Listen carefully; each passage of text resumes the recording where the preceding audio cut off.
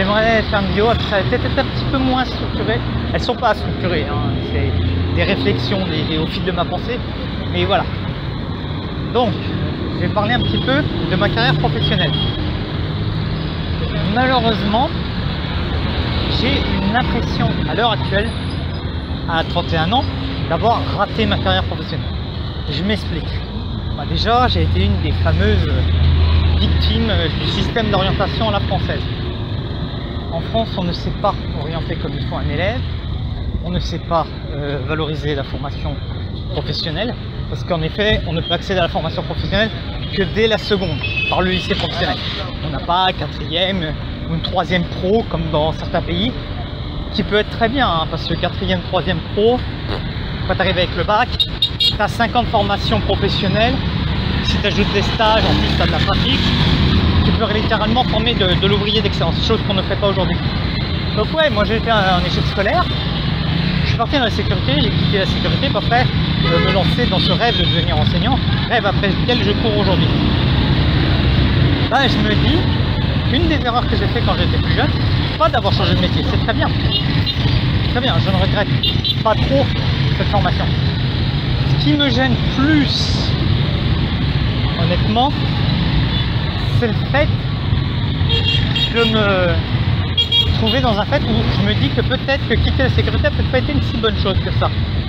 Quand je vois l'élan ultralibéral de l'État, le désengagement de l'État dans la sécurité publique et l'avènement d'acteurs privés, aujourd'hui, quand tu as un véhicule de flic pour couvrir une zone de 30 km², ce qui arrive à peu près dans le village de mes parents, avoir une solution en sécurité privée avec des caméras, des alarmes et tout un dispositif qui permet de retarder l'arrivée du cambrioleur, quand tu sais que les flics peuvent mettre 30 minutes pour venir, voilà.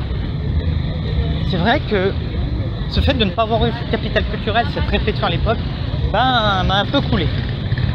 Après, le truc qui m'a fait mal, c'est que j'ai une licence d'histoire, je me suis sacrifié pendant 4 ans pour avoir mes études, et à la fin, j'enseigne pas, quoi. Je suis dans un service marketing dans une grande école. Et ça me fait mal. Ça, je peux vous dire qu'il y a des matins, je prends mon poste, j'ai le cœur tellement serré. Ça me fait tellement mal au cul. Mais tellement mal au cul de ne pas enseigner. J'en ai la boule au ventre. J'en ai vraiment... C'est même pas la boule au ventre, j'en suis malade. J'en suis malade, et rien que ça me ferait penser au fait que j'ai raté ma vie, que j'ai vraiment passé à côté de quelque chose. Et tant que je n'aurais pas à nouveau enseigné l'histoire, j'aurais ce sentiment d'échec, de dégoût et de fatigue par rapport à moi et à mes capacités. Je suis fatigué, quoi. Et putain, sacrifié pour un truc. Tout ça parce que t'as pas osé aller au master, ça me dégoûte, quoi. J'ai pas osé aller au master, je pensais qu'une licence ça allait être bon. Le problème c'est qu'avec une licence, je suis trop qualifié notamment comme un blanc pour être pris dans une école privée au Togo. Mais avec cette licence, je suis pas assez qualifié pour travailler dans une école internationale. Parce qu'aucune école privée togolaise ne voudra payer un blanc même s'il a la licence. Si on pense pas que je coûte trop cher. C'est cet entre-deux, c'est ce manque de courage qui est ma grande frustration concernant ma carrière. J'ai l'impression d'avoir vraiment raté quelque chose, sauf que je sais que j'ai les capacités, quoi. Donnez-moi une salle, donnez-moi des élèves, donnez-moi de l'histoire, je vous en ferai des bijoux, les plus beaux diamants possibles. Moi je te soulève une classe entière. Donc ouais, je suis vraiment frustré là-dessus. Alors, j'ai dressé un tableau assez noir de la situation. J'aimerais maintenant donner qu'est-ce qu'il faudrait faire pour sauver les sources humaines. Déjà, il va falloir arrêter de faire la police des pensées. Beaucoup de mecs qui font les sources humaines font la police des pensées. À un moment, il faut fermer sa gueule, redevenir le plus impartial possible. Deuxièmement, s'ouvrir au monde. Aujourd'hui, une analyse historique, sociologique ou géographique qui ne prend pas en compte au moins 2-3 continents n'est pas une analyse qui vaut. Et ce, depuis facilement le 16e, 17e siècle. faut pas avoir peur aussi de casser les limites temporelles et d'aller sur les longues durées. Et puis à un moment, il va falloir aussi se sortir les doigts du cul et donner quelque chose de qualité. Voilà. Aller sur des terrains inconnus. Ne pas avoir peur de reprendre certains sujets, mais ne pas y aller au politiquement correct. J'attends avec impatience un historien qui va mettre les pieds dans les plats, qui va faire l'histoire de la colonisation, qui va dire bon, eh ben au 19e siècle, la France c'était ça, le Dahomey par exemple qui a été colonisé par la France c'était ça. Leur rapport entre les deux États remonte à tant, ils ont échangé tant, ils ont fait tant, les guerres ça s'est passé comme ça, point. Pas de repentance, pas de chouinage, rien. Boum. Or, on est pragmatique. Géographie. On fait des livres, on ne cherche pas à essayer de courir partout. On cadre un sujet, on essaie de le cadrer, on n'essaie pas de se disperser. C'est un problème de la géographie qui s'est dispersé. En sociologie, il ne faut pas avoir peur. Pas tomber dans le raisonnement idéologique simpliste, il faut avoir des couilles et être politiquement incorrect. En 3, ça va être de faire un gros travail sur la formation. Nos formations ne sont pas bonnes et il fout les mecs au chômage. Il faut qu'on réduise le taux de chômage chez les mecs de sciences humaines. Eh ouais. Oh bah faut peut-être réduire la voilure. Hein. Il y a peut-être certains qu'on envoie en sciences humaines qu'on ne devrait pas envoyer en sciences humaines. Il faut qu'on fasse du nettoyage dans nos formations et dans les personnes qu'on prend pour augmenter la qualité de nos formations. C'est vrai, dans le quantitatif, là, faut qu'on fasse dans le qualitatif. Et puis l'autre aspect, ça va être de travailler sur les sociétés pour qu'elles aient un rapport avec le temps, l'espace et l'autre beaucoup plus serein que ce qu'il y a actuellement. Parce que c'est peut-être ça le problème des sciences humaines, c'est que notre matière première est l'humain. Mais l'humain en ce moment est un peu en désaccord avec lui-même et l'environnement qui l'entoure. Et donc il y aura ce désaccord. On ne pourra pas faire des sciences de l'humain sereines.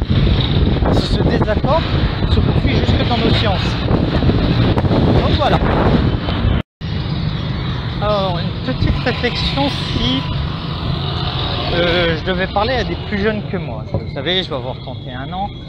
Et donc, si je devais... Excusez. Mais quand même, moi... Si je devais parler à un plus jeune que moi, je lui dirais... Sacrifie-toi entre 20 et 30 ans. C'est quelque chose que j'ai compris bien plus tard, bien trop tard. C'est que malheureusement, comment est constituée notre société, ça va imposer de nouveaux âges de la vie. En effet, on aurait cette enfance, cette adolescence, et à partir de 18 ans, on dit ouais, tu commences l'âge de la vie adulte. Non. Pour moi, je pense qu'aujourd'hui, dans nos sociétés, la vie d'adulte commencerait réellement à 35 ans. Et qu'il y aurait une période entre 20 et 35 ans qui ne serait pas la vie d'adulte, qui serait une période de construction. Parce que être adulte, c'est être responsable et avoir les moyens de ses responsabilités. Ouais, tu es responsable, mais pour être responsable, il faut avoir les moyens. Et entre 20 et 35 ans, tu devrais construire ces moyens. Faire des études, voyager, baiser à gauche, à droite. Hein. Puis de tout, hein. Homme, femme, tu voyages, tu visites, tu y vas. Entre 20 et 35 ans, tu te formes dans plusieurs domaines, tu acquiers des diplômes, tu voyages, tu fais plein d'expériences professionnelles. Et à partir de 30, 35 ans, ouais, tu deviens adulte. Tu te poses, tu as voyagé, tu as l'expérience, tu as du background, avec ton diplôme, avec tes diplômes, tu as un travail, donc tu as une situation financière. Et pourquoi pas même, période de 30-35 ans, commencer à te poser, prévoir l'accession à la propriété, comme ça quand tu deviens parent, tu es déjà propriétaire. Tu n'as pas le loyer à payer par rapport aux couches. Tu vois, ça c'est des choses que j'aurais aimé savoir étant plus jeune. Bon après, accession à la propriété, faut pas être con, hein, tu as encore un crédit sur le dos, sûrement. Mais après, ton crédit, tu peux vite le rembourser, surtout si tu as des skills ou des compétences uniques. Donc ça aide énormément. Autre élément, voilà, et arrivé à 35 ans, tu deviens père de famille. Alors certes, on va me dire que c'est vieux, mais aujourd'hui, avec l'évolution des âges de la vie, surtout si tu t'entretiens bien, à 35 ans, tu es encore jeune. Bon, ça pique un peu quand le gamin gueule la nuit, mais bon. Et honnêtement, si j'avais à refaire ma vie, je la réorganiserais totalement comme ça. Totalement autour de ça, et j'aurais bien voulu devenir père bien plus tard. Parce que maintenant que je suis père, je me rends compte que au fond, on n'en profite pas trop de nos vies. On s'enferme à la vingtaine, on essaye de baiser, mais on n'y arrive pas parce qu'on n'a pas de capital culturel. On n'arrive pas à attirer des femmes comme on voudrait parce qu'on n'a rien. Et donc voilà, c'est le piège qu'on veut faire tomber, surtout avec l'hypersexualisation. Mec, tu ne baiseras rien à la vingtaine. Pour la simple et bonne raison que tu n'as pas développé tes capacités physiques. Bon, certes, tu peux avoir la forme, tu peux faire des sports, mais tu n'as pas de capital financier, tu n'as pas de capital culturel qui te permettrait, voilà quoi, d'espérer et de monter bien haut, soit dans les hiérarchies professionnelles ou sentimentales. Et ouais, c'est un peu comme un Pokémon, tu vois, c'est la première évolution, tu vois. Alors que si tu attends un peu que 2, 3, niveau 2, niveau 3, là ouais, tu peux espérer attraper des choses plus intéressantes.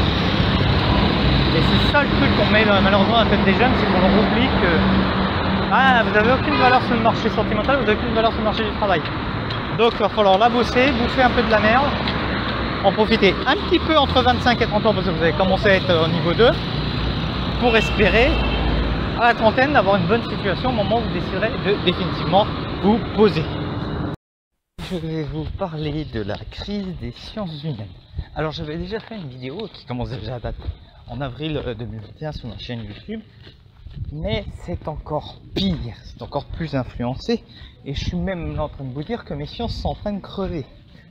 Alors déjà, on va commencer déjà. Qu'est-ce que sont les sciences humaines? Ce sont toutes les sciences qui ont pour objet l'humain, l'histoire, le passé, la géographie, l'espace où il vit, la sociologie, les rapports entre les humains, la linguistique, ce qu'ils parlent, le droit, la politique, l'économie, ce qui régit les sociétés humaines dans leurs rapports. Le droit, en gros, pour faire simple, c'est qu'est-ce qui est autorisé, qu'est-ce qui est pas autorisé. Et donc tout ce groupe de sciences souffre énormément. Mais énormément. Et ça pour plusieurs raisons. Là, c'est peut-être ça le thème de la première vidéo, c'est pourquoi les sciences humaines souffrent. Déjà le premier problème, c'est que toutes les sociétés humaines sont en crise actuellement. Je vois pas sur un continent qui n'y ait pas un problème. Il y a des problèmes partout. Donc, si les sociétés sont en crise, les sciences qui traitent de ces sociétés sont en crise aussi.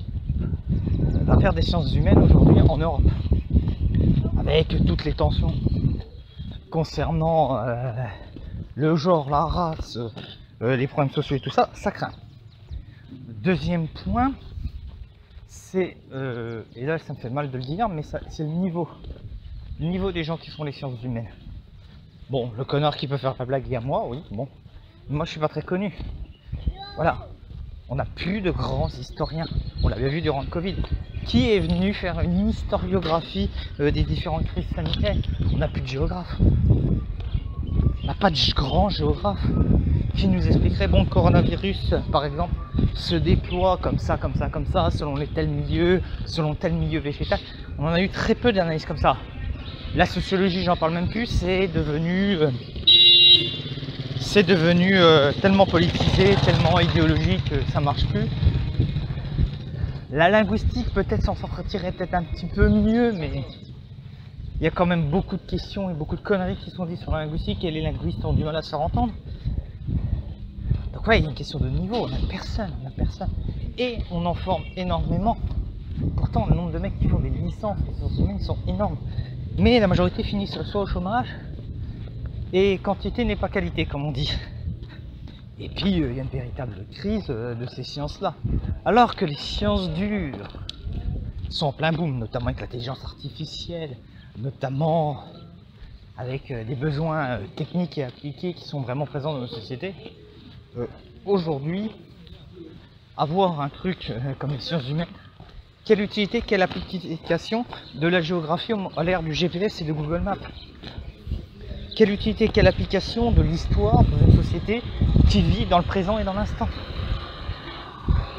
Quelle utilité d'avoir une science comme la sociologie qui parle des rapports humains dans une société où ces rapports humains sont distendus, en crise ou problématiques. Quelle utilité d'avoir des linguistes dans une société où la langue est plurielle et où les usages sont de plus en plus segmentés dans des parties de la société? Quelle utilité d'avoir des politologues dans une société où on n'a qu'un seul modèle, bon, qui est en crise, donc ça fait un peu de travail aux politologues, mais bon, dire que la démocratie est en crise, une fois que tu l'as analysé, cette crise, t'as plus grand chose à dire. Quid d'avoir des utilités d'avoir des économistes dans une société où il n'y a qu'un seul modèle économique? Donc ouais. On a un problème d'utilité de notre société, on ne sert à rien, on n'arrive pas à se rendre utile, on donne pas une bonne image de notre science, et en plus comble de cela, la majorité d'entre nous avec des diplômes se trouvent soit au chômage, sur des domaines totalement extérieurs à leur diplôme. Donc on sert à rien parce qu'on a été formé sur un truc, on travaille pas sur ce truc là. Donc voilà, là ça craint du cul quoi. Quand je vois les sciences humaines comme ça craint énormément. Alors, bonjour. Aujourd'hui j'aimerais partager une réflexion que je me fais, qui est que j'aimerais pas avoir 20 ans aujourd'hui. En effet, en ce 4 septembre, dans 10 jours, je vais fêter mon 31e anniversaire. Tu vois, la trentaine, c'est un truc spécial. T'es encore jeune, mais plus trop. Et j'ai envie de dire, bah, j'aimerais pas être jeune maintenant. Non, mais c'est-à-dire que déjà jeune dans les années 80, né dans les années 90, avoir fait sa jeunesse dans les années 2010, c'était déjà pas... Tu vois, t'avais des chances quand même de te faire rafaler au Bataclan. Mais là, cette jeunesse-là, entre le Covid et ses conséquences, quoi. T'as 20 ans aujourd'hui, t'as passé ton bac pendant le Covid, c'est-à-dire que toutes tes sociabilités, ta première année de fac, voire même ta deuxième année, ont été impactées par ça. Ton année de bac, t'as pas pu fêter ton bac. T'ajoutes à ça la donne économique. Tout coûte cher, rien ne va. Vraiment rien ne va, quoi. Économiquement, politiquement, il n'y a pas de réponse. Il n'y a pas de grand leader politique qui va vous faire rêver. Hein. Un peu comme on pu connaître dans les années 80 avec Mitterrand, qui a quand même été porteur d'espoir pour une génération. Là, il n'y a pas de grand leader politique, il n'y a pas de grande idéologie qui peut faire rêver. Hein, toutes ces idéologies sont soit des idéologies du passé, soit des idéologies qui ne sont pas fonctionnelles. D'un point de vue social, c'est pas facile aussi, quoi. On met une pression sur nos jeunes, sur des questions de genre, de race, de toutes ces questions sociétales qui, pour un jeune qui ne s'intéresse pas à ces questions-là et qui veut juste vivre sa jeunesse, qui veut juste profiter, qui veut juste coucher avec des hommes, coucher avec des femmes, se sentir un peu masculin, un peu féminin de temps en temps, on lui met le couteau sous la gorge. Toute cette cancel culture, toute cette façon de politiser la société où rien n'est innocent, tout est grave. J'aimerais vraiment pas être jeune à maintenant. J'aimerais vraiment pas être jeune parce que c'est pas facile, il n'y a pas d'espoir. Et ça, je vais conclure là-dessus, c'est peut-être ça le grand drame.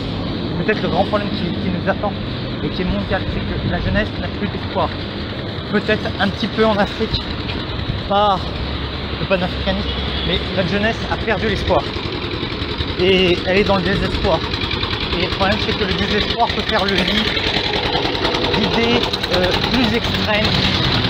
Et honnêtement, ça peut être un énorme problème d'avoir une masse de jeunes désespérés comme ça, parce que si elles ne sont pas récupérées par la bonne personne, nos sociétés sont dans un très très grand danger.